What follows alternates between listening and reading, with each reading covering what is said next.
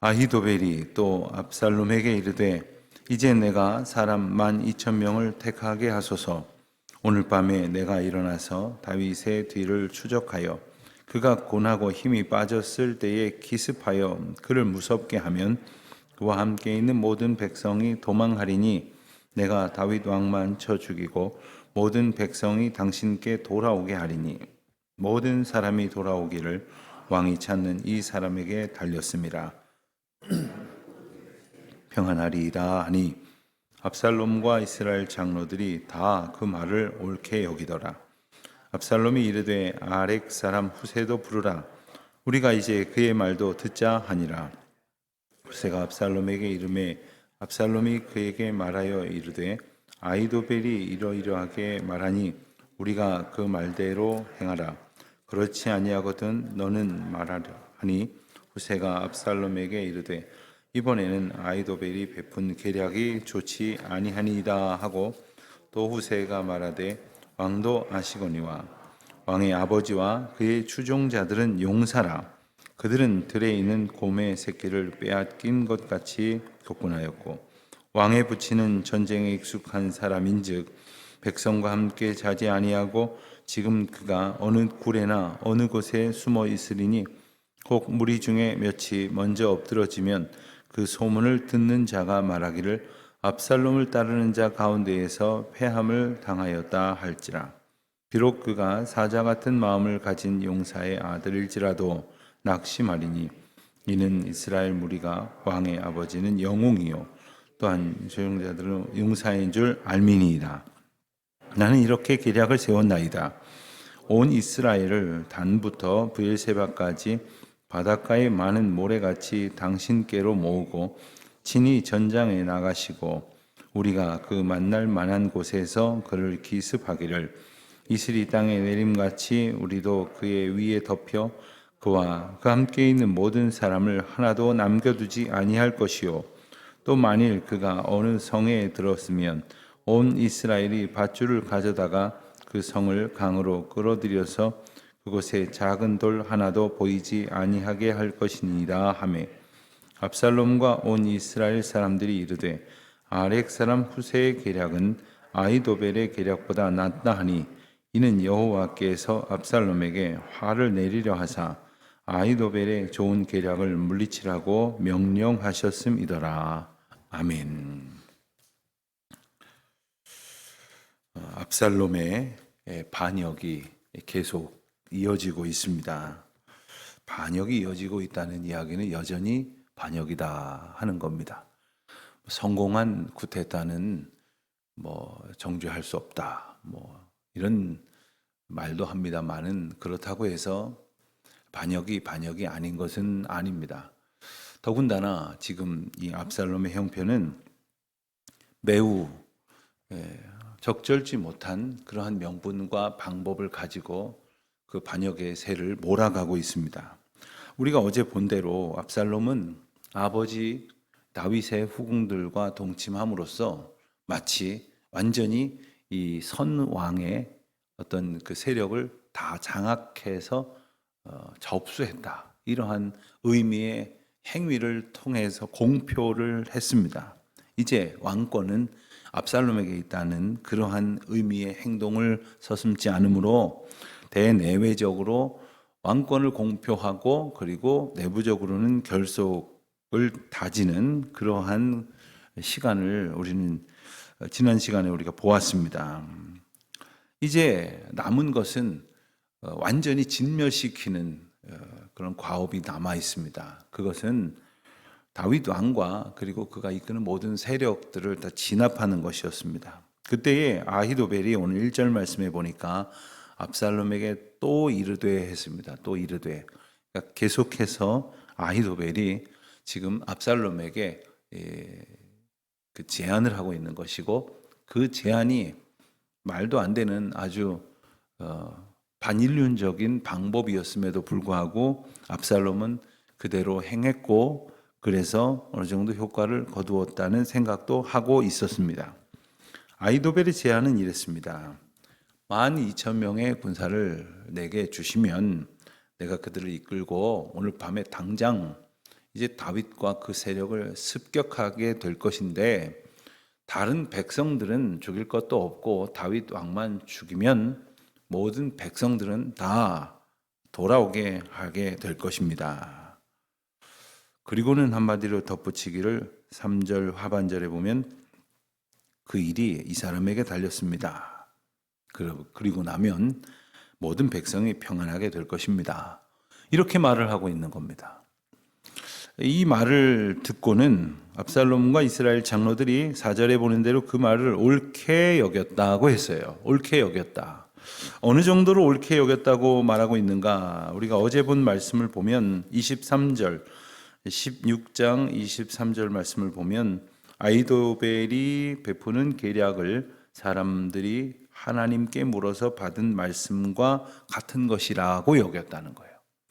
야, 어떻게 저렇게 하늘이 낸 지혜가 아니고서는 어떻게 저런 말을 할 수가 있지? 저 사람의 계략은 대단히 훌륭하구나. 이런 인정을 받았다는 거예요.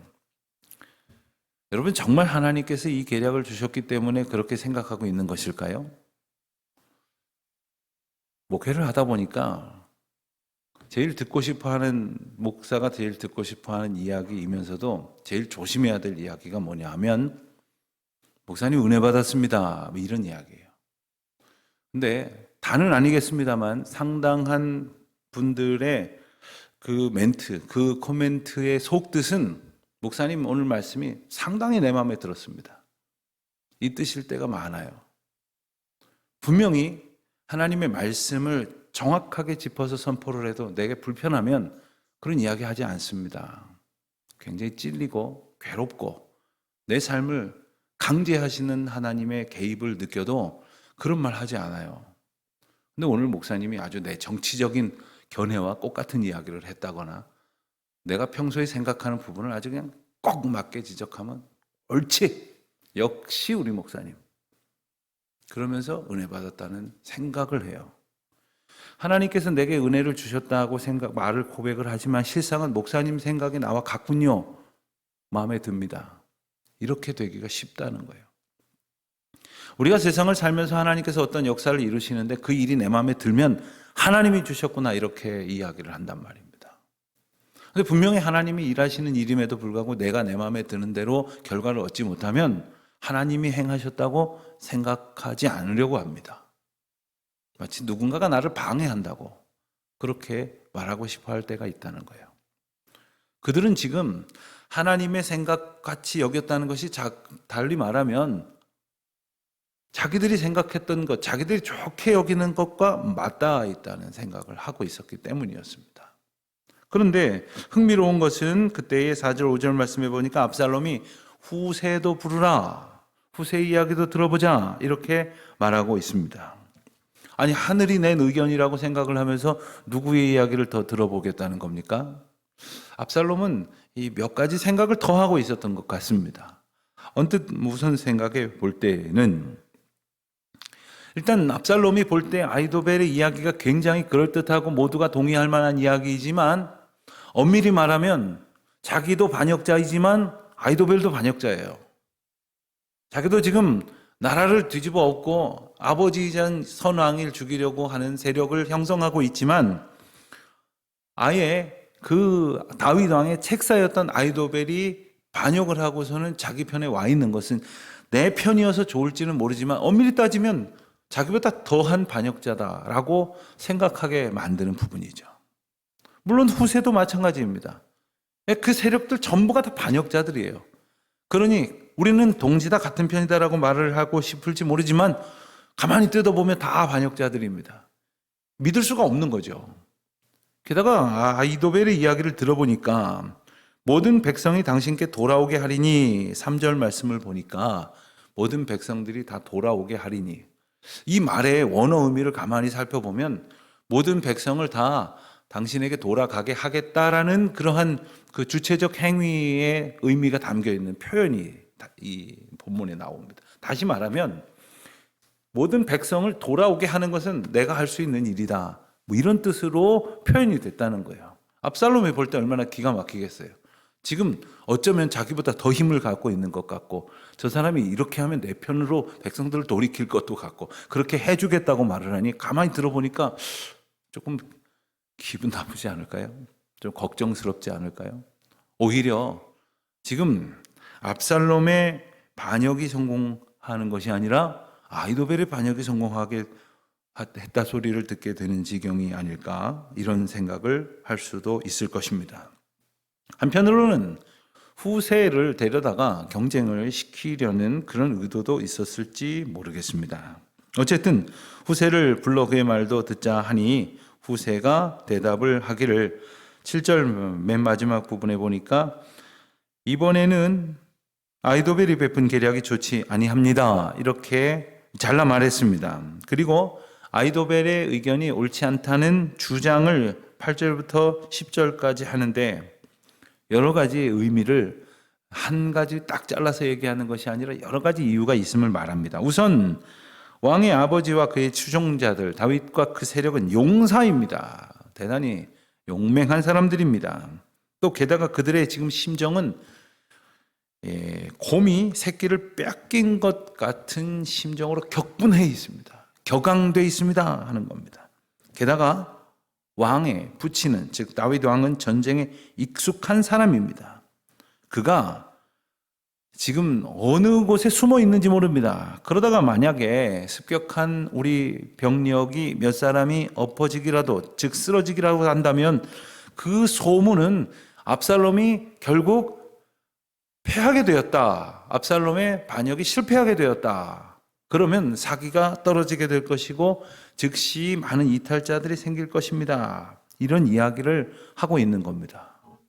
얼마나 적확한 이야기입니까?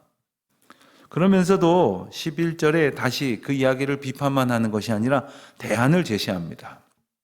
후세의 이야기가 설득력이 있었던 것은 저 의견이 틀렸다라고만 말하는 것이 아니라 대안을 제시했기 때문이에요. 우리는 항상 보면 그런 분들이 있어요. 뭘 얘기하면 그렇게 하지 맙시다. 그럼 어떻게 합니까? 그러면 몰라요. 그건 모르겠는데 아무튼 그렇게 하지 맙시다. 뭐 이런 분들이 있어요. 짜장면 먹으러 갑시다. 그러면 짜장면은 말고요. 그럼 뭐요? 아무거나 먹어요. 아무거나. 냉면 먹으러 갑시다. 냉면 말고요. 냉면 말고. 그럼 뭐요? 그러니까 아무거나 먹어요. 아무거나. 이런 분들 너무 많아요. 그런데 설득력이 없는 거죠. 후세의 의견이 설득력을 가졌던 건 이겁니다.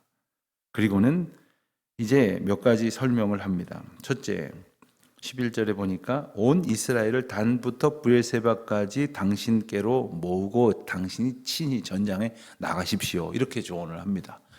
대단히 중요한 의미가 있습니다. 먼저는 압살롬에게 지금 단에서부터 브엘세바까지 그러니까 이스라엘의 맨 북쪽부터 맨 남쪽까지 모든 영토, 이 표현은 우리가 종종 이야기를 나눴죠.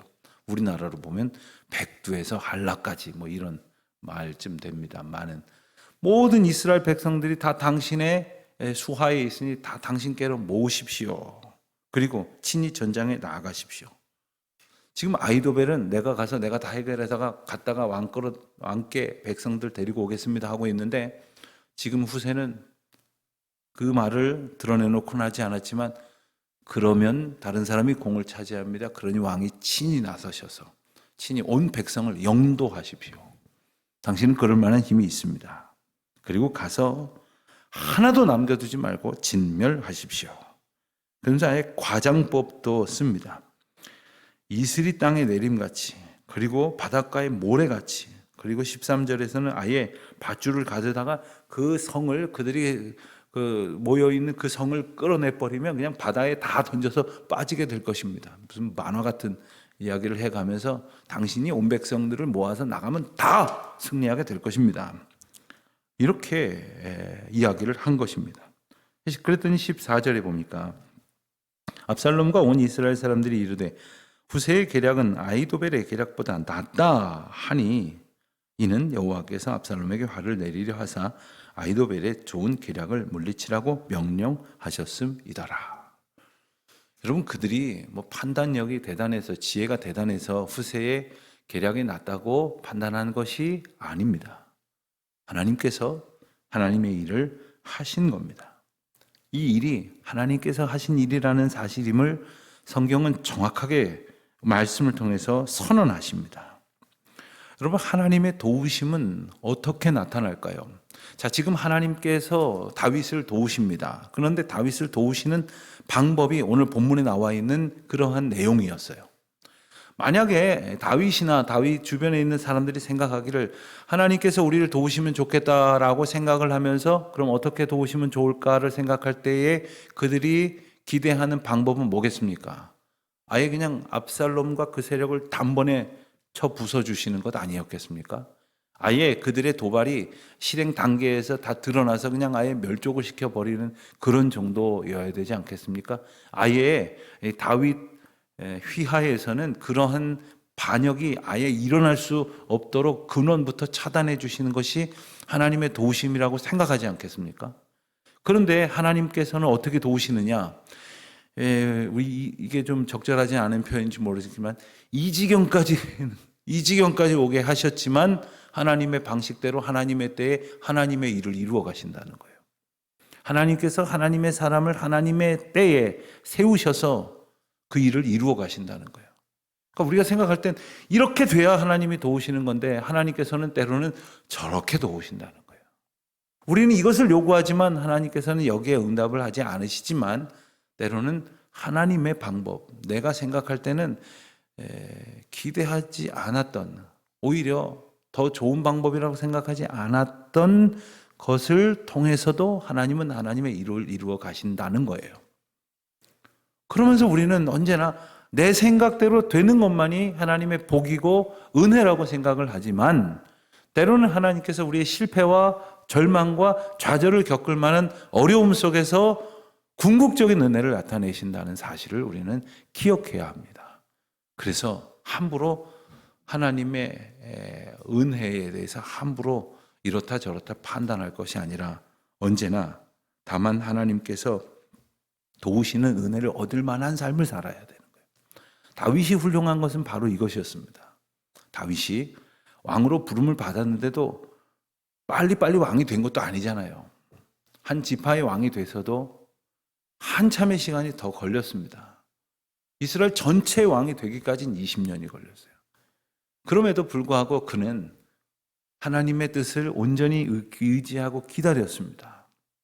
왕이 되는 과정과 왕이 된 이후에도 사울 왕을 비롯해서 많은 사람들에게 끊임없이 쫓기고 그리고 미친 채를 하면서까지 몸을 피하는 상황을 겪었지만 그는 그때에도 하나님 앞에 아픔을 노래하는 하나님 앞에 겸손한 고백자였지 하나님의 뜻을 부정하거나 내 뜻대로 되지 아니하였다고 하나님께 불순종하는 악행을 저지르지 아니하였다는 거예요.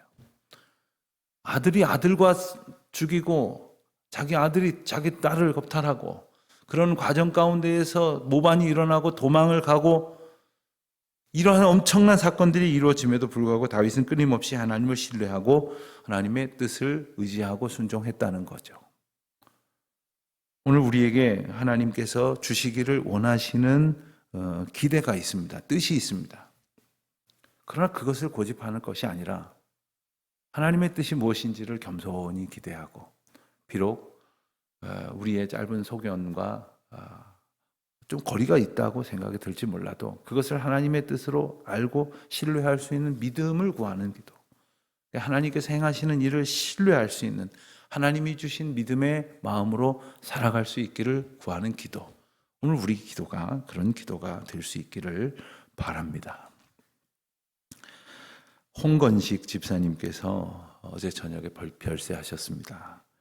이순영 권사님 부군 되시는 홍건식 집사님께서 몇 주 전에도 제가 신방을 했을 때에 특별히 많이 안 좋으시지 않았는데 폐렴으로 갑자기 이렇게 상태가 악화되셔가지고 어제 저녁에 하나님 나라 부름을 받으셨습니다. 오늘 저녁 8시에 서울 성모병원 반포에 있는 성모병원에서 입관 예배가 있고 내일 오전 8시에 발인을 해서 바로 내일 장례를 하게 됩니다.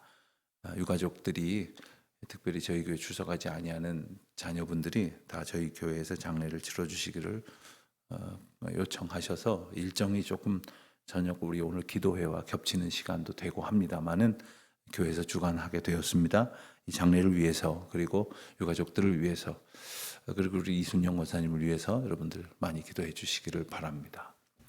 기도하겠습니다. 하나님 아버지, 저희의 어리석음 중에서도 나타내시는 하나님의 뜻을 저희가 항상 소망 가운데에 기대하고 기다리고, 그리고 끊임없이 신뢰하고, 오직 믿음의 길 가운데에서 주님의 도우심만을 붙들고 살아가는 저희들 되게 하여 주시옵소서. 감사하오며 예수님의 이름으로 기도드립니다. 아멘.